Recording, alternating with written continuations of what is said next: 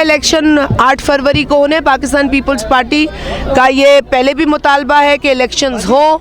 Elections की date announce हुई है, 8 फरवरी की डेट है। इलेक्शंस वक्त पे होंगे और होने चाहिए। किसी भी किस्म की क्यास आराई या किसी भी किस्म की साजिश इलेक्शन को रोकने की पाकिस्तान पीपल्स पार्टी उसकी मजम्मत करेगी, करती आई है।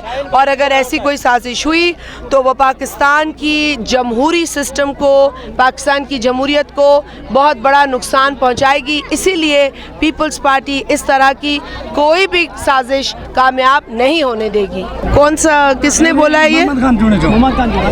कौन है ये सामने आपके उम्मीदवार है जो। अच्छा, वो लोटा। ओ अच्छा भाई, बात सुने। पहले तो हज़रत अली का कौल है कि जिस पर एहसान करो उसके शर से बचो। और पहले तो मैंने सुना कि मौसूफ ने ये कहा कि मुझे पार्टी ने, मैंने टिकट मांगी 209 पे और मुझे टिकट नहीं दी। फिर हमने उसकी बात की वजाहत भी की, तरदीद भी की कि NA 209 पे मौसूफ ने टिकट नहीं मांगी थी। इन्होंने जिस सीट पर टिकट मांगी थी वो कोई और थी और ये इनका अपना मसला है, इस पे हम मज़ीद बात नहीं करना चाहते। लेकिन जहाँ तक सवाल पैदा होता है और बातों का, तो मेरा ख़्याल है कि आवाम ख़ुद बता सकते हैं। आवाम 8 फरवरी को बताएंगे। और जिस तरह की ये लोगों को तंग कर रहे हैं, मुझे ख़बरें आ रही हैं, गरीबों को तंग कर रहे हैं, ज़ोर ज़बरदस्ती कर रहे हैं। देखिए, गरीब पहले भी नहीं डरे, गरीब आज भी नहीं डरते। मैं तो हैरान हूँ कि ये जो फंक्शनल लीग है, इनके पास क्या कोई अपना आदमी नहीं था बचा कि इनको एक लोटे का सहारा लेना पड़ा? इनके पास कोई अपनी टीम नहीं थी कि इनको कहीं से बंदा उधार लेना पड़ा? मेरा तो ख्याल है कि ये उस जमात को सोचना चाहिए, उनको ऐसी क्या मजबूरी थी कि उन्होंने एक ऐसा, वो क़िबला साईं मखदूम जमील ज़मान ने खूब कहा कि डंड जो पखी, ये डंड जा पखी आहिनि, कॾहिं हिन डंड ते कॾहिं हुन डंड ते। अलाए फंक्शनल के अहिड़े डंडनि जे पखियुनि जी कहिड़ी ज़रूरत आहे? माना शायद वो कमज़ोर पिया थियनि, तॾहिं उन्हनि खे अहिड़ी ज़रूरत पई आहे। पर मैं सिर्फ़ ये कहूँगी कि भाई 8 फरवरी है, इंशाअल्लाह ताला बिलावल साहब का तीर चलेगा। और जैसे बिलावल साहब ने कहा कि हमारा मुकाबला शेर से, और शेर के साथ ये जो सितारा और दूसरी पार्टियां खड़ी हैं उनके साथ है। लेकिन हम इंशाअल्लाह ताला आवाम की मदद से तीर के ज़रिए इन तमाम चीज़ों का शिकार करेंगे। देखिए भाई, जो बलूचिस्तान की महरूमियाँ हैं वो किसी से ढकी छुपी नहीं है। सदर आसिफ अली जरदारी साहब ने अपने दौरे इक़्तिदार में बहैसियत सदर आगाज़ हुकूक़ बलूचिस्तान की बुनियाद रखी।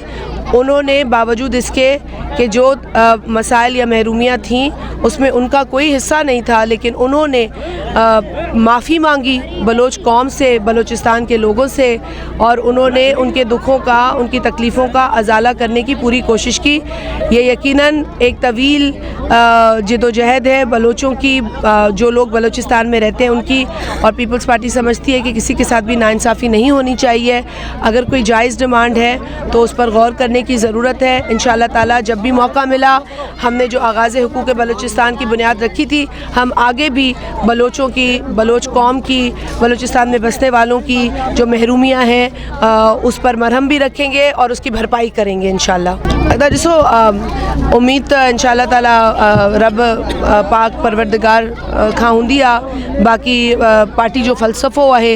बिलावल भुट्टो साहब हिकिड़ो अवामी मुआशी मुआहिदो खणी आयो आहे। पाकिस्तान जो मंशूर आहे, पाकिस्तान पीपल्स पार्टी जो ॾिनल मंशूर आहे। असां आवाम जी ताक़त ते यकीन था रखूं।